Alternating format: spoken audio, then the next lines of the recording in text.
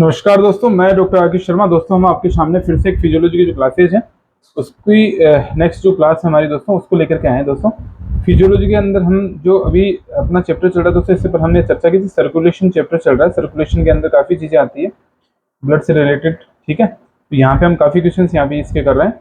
तो यहाँ पे उसी कड़ी में आज जो हमने पहले 280 क्वेश्चन किया था दोस्तों, CSF is principally secreted bye forward plexus, ये अपन ने क्वेश्चन कर लिया था इससे पहले। ठीक है, अब हम आज इससे आगे जो क्वेश्चन करने वाले हैं 281 से हैं। अर्निथ काउंट इज, अब ये अर्निथ काउंट क्या होता है? अर्निथ काउंट एक विधि होती है दोस्तों। इसके अंदर क्या होता है कि जो ब्लड फिल्म बनाई जाती है, ब्लड फिल्म अगर कोई बनाई जाती है, उस ब्लड फिल्म के अंदर अपने को जो न्यूट्रोफिल्स होती है ना, न्यूट्रोफिल्स जो लोब होते हैं, इनका पता करने के लिए ये काउंट होता है।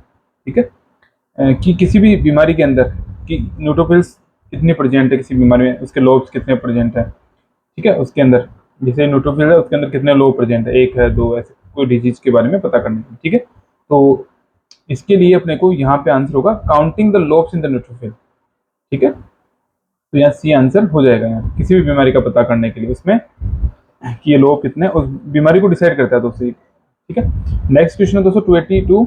In vitro coagulation is initiated by factor. अब ये इन विट्रो कोगुलेशन क्या होता है? अब इन विट्रो का मतलब क्या होता है दोस्तों कि जो किसी भी, जैसे इन विट्रो मतलब बाहर, शरीर के बाहर, ठीक है, शरीर में ना होकर के शरीर के बाहर वैज्ञानिक उपकरण का उपयोग करके प्रश्नाली जैसे ऐसे कुछ भी करके उसके अंदर coagulation is initiated by factor. अब ये कोगुलेशन कैसे इनिशिएट किया जाता है वहां पे, किस फैक्टर के द्वारा?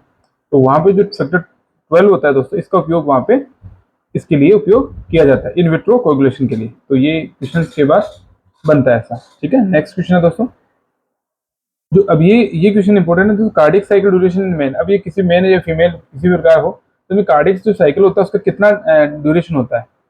तो भाई उसकी 1 मिनट होती है, उससे कितना 1 मिनट नहीं होता, इसमें 0.8 जो दोस्तों यहाँ पे 0.8 सेकेंड है, लगभग 80 सेकेंड। ठीक है, 8 के आगे फिर एक जीरो, 80 सेकेंड का समय, 1 मिनट से भी कम।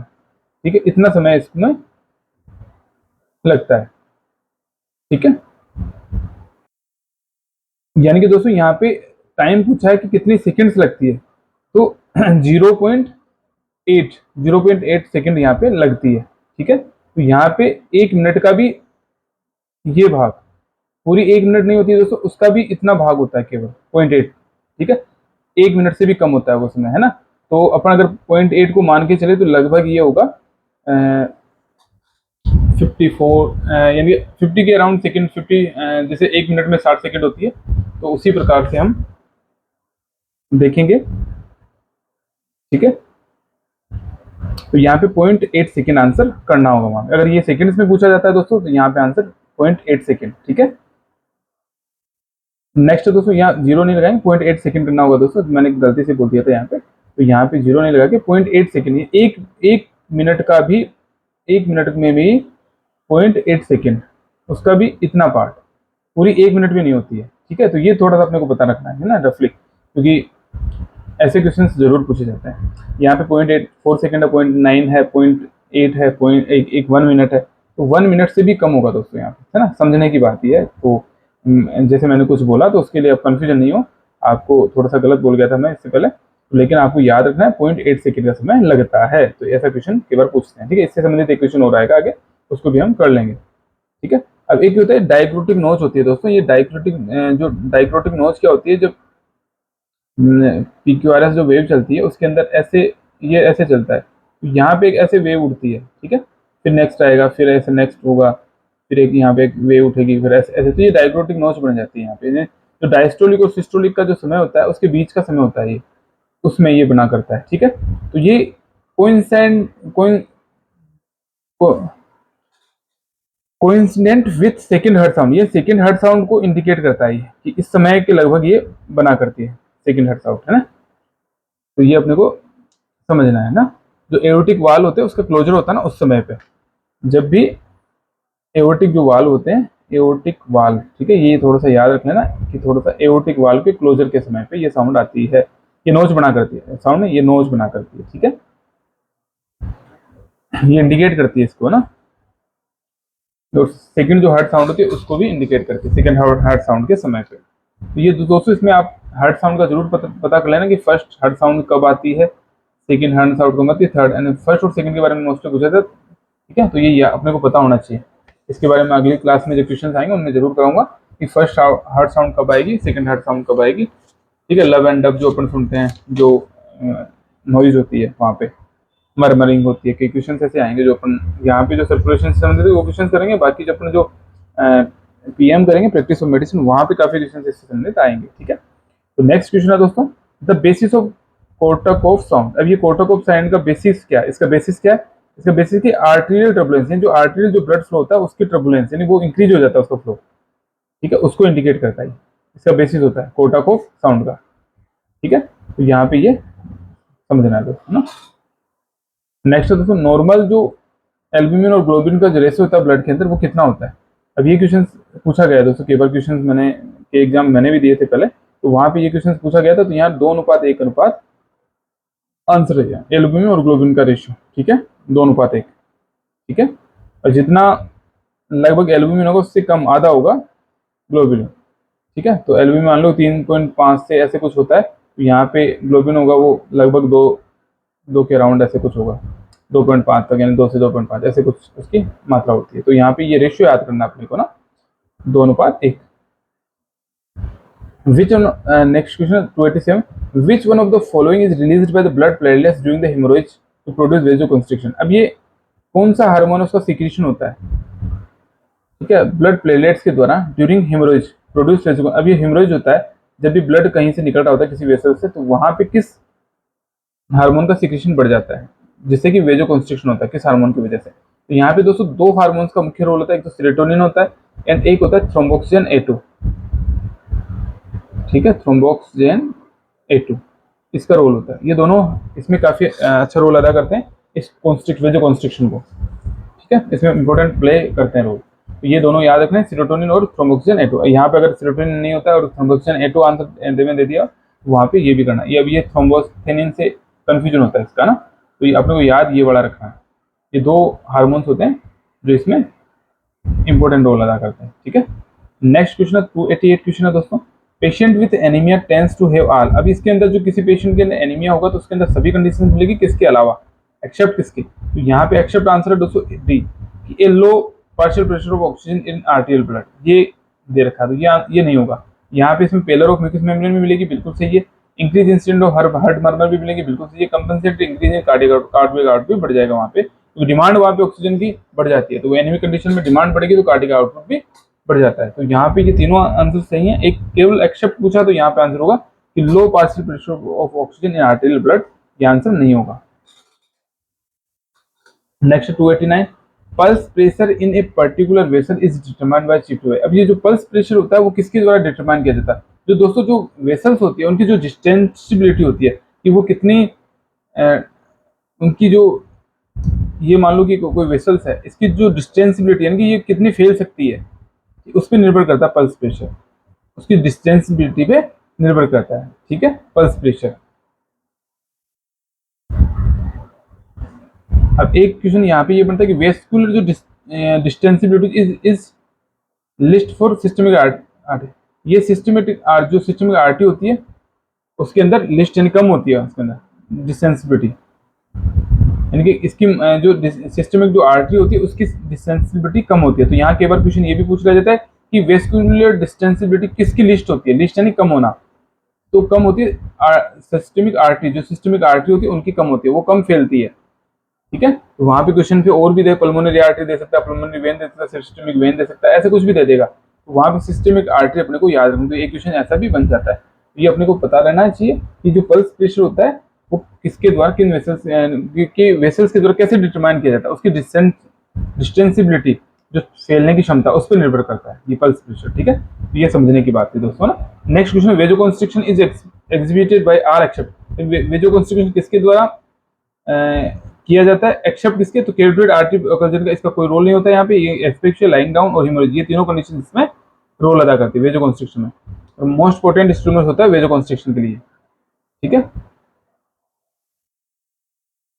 नेक्स्ट है दोस्तों 291, what does prevent blood loss from rupture of small blood. अब ये कौन सी जो कंडीशन है वो अगर किसी ब्लड वेसल का रप्चर हो जाता है कहीं भी, तो उसके अंदर कौन कैसे प्रिवेंशन कैसे होता है ब्लड लॉस का, कि वहाँ वेसल्स के द्वारा क्या क्या किया जाता है। तो वहाँ वेजो कंस्ट्रिक्शन भी होता है, फॉर्मेशन ऑफ प्लेटलेट प्लग भी बनता है बिल्कुल, और फिब्रिन शेप भी वहाँ पे फॉर्मेशन होता है। ये तीनों कंडीशन दोस्तों वहाँ पे मिलती है, तो वहाँ all of the above the answer यहाँ पे करना होगा। ठीक है, 291 का। नेक्स्ट है दोस्तों, the organ with maximum oxygen consumption पर मिनट। अब जो ऑर्गन कौन सा है जिसके द्वारा मैक्सिमम ऑक्सीजन कंजप्शन होता है पर मिनट, तो वो होता है दोस्तों हार्ट के द्वारा मैक्सिमम ऑक्सीजन का कंजप्शन किया जाता है। ठीक है, तो यहाँ पे आंसर याद रखना कि जो कौन सा ऑर्गन है बॉडी का जिसके द्वारा मैक्सिमम ऑक्सीजन का कंजप्शन होता है पर मिनट, किसके द्वारा। ठीक है, हार्ट को बहुत ज्यादा आवश्यकता होती है दोस्तों यहाँ पे ना, इसलिए यहाँ पे हार्ट आंसर हो। ठीक है, next 293, major part of total peripheral resistance is due to. अभी जो किसी भी जो पेरिफेरल रेजिस्टेंस होता है, मेजर पार्ट कौन सी जो वेसल्स होती है वो इंपॉर्टेंट रोल करती है। आर्ट्रियोल्स का मुख्य रोल होता है इसमें, आर्ट्रियोल्स होती है वो मेजर रोल पार्ट अदा करती है इसमें पेरिफेरल रेजिस्टेंस प्रोड्यूस करने में कहीं भी। ठीक है, तो आर्ट्रियोल्स यहाँ पे आंसर होगा। ठीक है दोस्तों, नेक्स्ट क्वेश्चन है 294, ब्लड फ्लो इन ml पर 100 ग्राम पर मिनट। अभी जो ब्लड फ्लो होता है पर ml यानी ml मिली लीटर जैसे ना, तो पर 100 ग्राम पर मिनट, तो ये मैक्सिमम किस में होता है, किस ऑर्गन के अंदर होता है, वो किडनी के अंदर होता है दोस्तों। किडनी में सबसे ज्यादा ब्लड फ्लो होता है पर मिनट अगर देखें तो। ठीक है, नेक्स्ट क्वेश्चन है, तो in athletic bradycardia is because of. अब जो एथलेटिक्स होते हैं, जो एथलेटिक उनमें ब्रेडिकार्डिया की कंडीशन क्यों मिलेगी, जो हार्ट रेट है वो कब हो जाएगी, ब्रेडिकार्डिया ने कम होना। ठीक है, एक तो होता है टेकिकार्डिया और एक ब्रेडिकार्डिया। टेकिकार्डिया में तो दोस्तों बढ़ जाती है और ब्रेडिकार्डिया में कम होती है। ठीक है, तो यहाँ पे कब कम हो जाती है एथलेटिक्स में ये हार्ट रेट, कि जब इसके अंदर जो वेगर टोन होती है वो इंक्रीज हो जाती है वहां पे, तो इस कंडीशन में ये ब्रेडिकार्डिया की कंडीशन मिलती है। ठीक है, tachycardia at the onset of exercise is due to stimulation of joint proprioception. अभी अगर टेकिकार्डिया होता है ना, at the onset of exercise के समय अगर किसी में टेकिकार्डिया पाया जाता है किसी भी व्यक्ति में, तो क्यों होता है, किसके स्टिमुलेशन की वजह से होता है, जॉइंट जो होते हैं, जो उनके अंदर प्रोप्रियोसेप्टर्स होते हैं उनकी वजह से ये कंडीशन होती है, जॉइंट प्रोप्रियोसेप्टर्स। ये भी दोस्तों पढ़ लेना आप अच्छे से, क्योंकि कई बार ये क्वेश्चन पूछ सकते टेकिकार्डिया क्यों होता है एक्सरसाइज के समय में, ये कंडीशन क्यों मिलती है, तो ये वहाँ पे ऑप्शन में होगा कि जॉइंट प्रोप्रियोसेप्टर्स की वजह से स्टिमुलेशन होता है उनका। ठीक है, next question, plasma sodium concentration कितना होता है दोस्तों, तो प्लाज्मा सोडियम कंसंट्रेशन होता है वो होता है 140 मिलीक्वल पर लीटर। ठीक है, ये याद रखना है। Next question 298 question, normal QRS interval. अब ये क्यूआरएस इंटरवल कितना होता है, जैसे दोस्तों ये पी क्यूआरएस होता है, किसी भी जो हार्ट जो साउंड होती है, अब अगर हम नॉर्मल देखें तो ये होती है, ये पी होता है, फिर ये नीचे जाता है, फिर क्यूआरएस होता है ये। ठीक है, ऐसे ना, ये टी वेव होती है, तो ये क्यूआरएस जो पूछा है, क्यू आर और एस, तो ये पूछा है ये इंटरवल कितना होता है, तो यहाँ पे इंटरवल होता है 0.08 सेकंड से 0.1 सेकंड, यानी 1 सेकंड से भी कम समय होता है ये। ठीक है, तो यहाँ पे ये क्यूआरएस का जो इंटरवल होता है वो लगभग 1 सेकंड से भी कम होगा, 0.08 से 0.1 सेकंड। ठीक है, नेक्स्ट है 298 question, means life of trans. अब ये जो ट्रांसफ्यूज होता है कोई ब्लड, किसी के अंदर ट्रांसफ्यूजन होता है किसी के अंदर ब्लड, उसकी जो लाइफ होती है, मीन्स लाइफ कितनी होती है, तो लगभग 35 डेज होती है, वो 35 डेज तक। इसमें दोस्तों एक ये भी होता है कि जो कोई डोनेट करता है ब्लड, जो डोनेटेड ब्लड होता है वो कितने दिन तक प्रिजर्व करके रखा जाता है, तो वो 35 डेज तक प्रिजर्व रह सकता है, उसको यूज किया जा सकता है। ये भी क्वेश्चन यहाँ पे बनता है ना, इसकी लाइफ इतनी होती है। ठीक है, 299, in which of the following is change of blood flow less during exercise। किसके अंदर कोई इसके अंदर पूछना ये चाह रहा है कि कौन सा ऑर्गन है इसके अंदर कोई फर्क नहीं पड़ता एक्सरसाइज करने से, कि ब्लड फ्लो के अंदर कि वहां पे ब्लड फ्लो की रिक्वायरमेंट ज्यादा है या कम है, उसमें वहां कोई फर्क नहीं पड़ता है।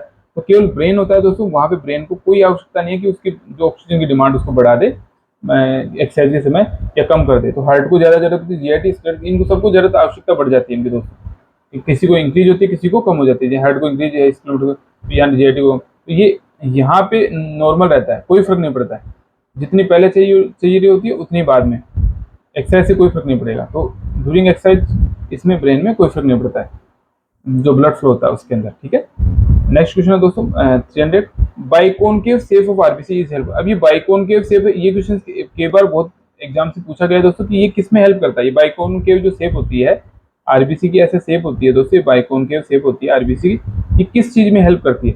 तो ये easy Passage through the capillaries में हेल्प करती है, बिल्कुल सही बात है। एक रोलेक्स फॉर्मेशन में हेल्प करती है, ये रोलेक्स फॉर्मेशन कोई हेल्प नहीं करती है दोस्तों यहाँ पे ना। और increase surface area for given diameter, अब ये जो सरफेस एरिया होता है ये भी इसका बढ़ जाएगा, ठीक है। तो यहाँ पे दोस्तों जो आंसर होगा वो ए एंड सी, एक तो ये और एक ये, दोनों आंसर होंगे, ठीक है। तो बाइकॉनकेव जो शेप होती है किस किस में हेल्पफुल होती है? रोलेक्स फॉर्मेशन में इसका कोई फॉर्मेशन नहीं होता है, कोई रोल नहीं होगा, ठीक है। नेक्स्ट क्वेश्चन है दोस्त 301, true about RH. RH factor के बारे में क्या सत्य है?